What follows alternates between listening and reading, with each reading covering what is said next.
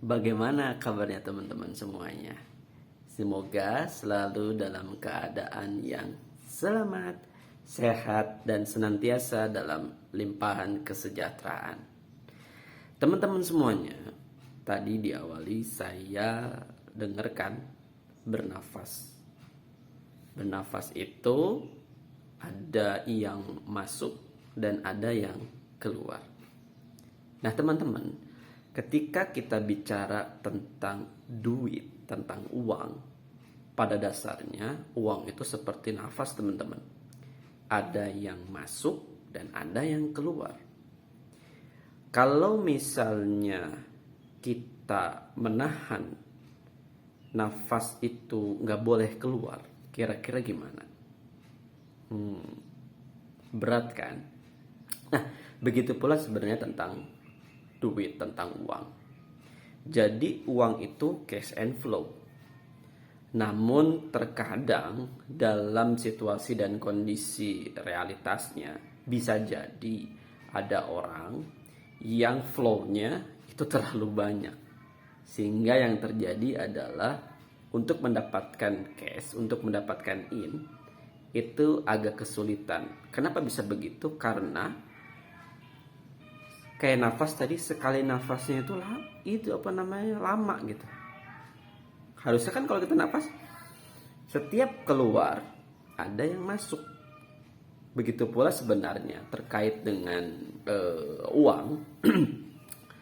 Ketika ada yang keluar maka harus ada yang masuk. Kecuali untuk kondisi-kondisi tertentu dalam pernafasan, misalnya ketika kita berenang misalnya. Kayak nafas lama nih, terus kemudian nyelam kan, gitu. Ambil nafasnya juga agak lama, beda sama kita di darat biasa begitu. Nah, begitu pula bisa jadi ada kondisi ngambil banyak untuk kemudian bisa durasinya agak cukup lama, bisa itu terjadi.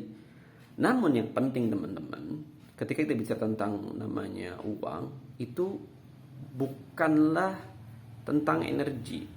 Jadi uang itu tidak bisa datang dengan komat-kamit. Tidak bisa juga berpikir, wah nanti uang datang, uang bakal datang. Harus disetting pikiran. Bicara tentang uang itu bicara tentang emosi sebenarnya. Jadi ada yang kemudian saya pelajari itu ada namanya money script. Jadi ada semacam data ya, di dalam jiwa kita, di dalam benak kita terhadap uang. Saya ambil contoh ya, ada orang yang berpikir kalau punya banyak duit, duit itu bisa menyebabkan orang menjadi bermasalah. Duit itu bisa menyebabkan orang itu punya banyak kasus ya.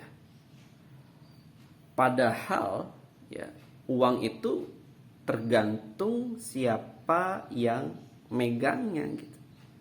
Kita nggak bisa mengatakan bahwa uang itu adalah suatu kejahatan. Kejahatan yang terjadi itu manakala kemudian terkait dengan emosi seseorang ketika memegang uang itu, apakah menjadi greedy, apa menjadi rakus, ya.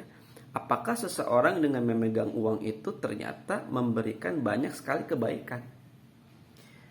Nah, kalau kemudian kita benahi terkait dengan mindsetnya yang paling benar gitu terkait dengan setting tentang uang, maka segala hal yang terkait dengan kejahatan-kejahatan yang kemudian muncul ketika seorang itu punya banyak duit itu sebenarnya tidak akan ada gitu teman-teman. Nah, inilah yang kemudian perlu disimak, perlu diketahui manuskrip yang ada di dalam jiwa kita itu sebenarnya seperti apa. Nah, wilayah semacam itu perlu yang namanya penggalian secara lebih mendalam. Kita harus menelusuri perjalanan di waktu kecil kita seperti apa. Apakah kemudian di waktu kecil kita itu kita mendapati situasi dan kondisi yang menyebabkan seseorang itu merasa antipati terhadap duit, merasa tidak nyaman terhadap duit.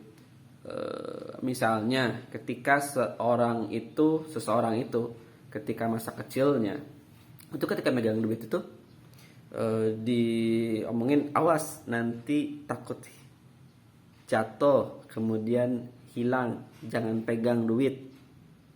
Atau misalnya ketika misalnya seseorang itu megang uang gitu ya, terus kemudian dia dibiarkan untuk menghambur-hamburkan uang misalnya. Ada uang habiskan, gitu. Nah, wilayah-wilayah semacam itulah yang kemudian membentuk seseorang itu mempunyai ya persepsi, mempunyai pandangan terhadap duit, terhadap uang itu. Maka pondasi terkait dengan manuskrip ini menjadi sesuatu hal yang perlu kita ketahui sebenarnya manuskrip apa sih yang tersimpan di dalam jiwa. Ya, semacam chip gitu teman-teman, semacam data yang tersimpan di dalam jiwa. Yang itu bisa kok kita ketahui sebenarnya kita itu punya manuskrip apa.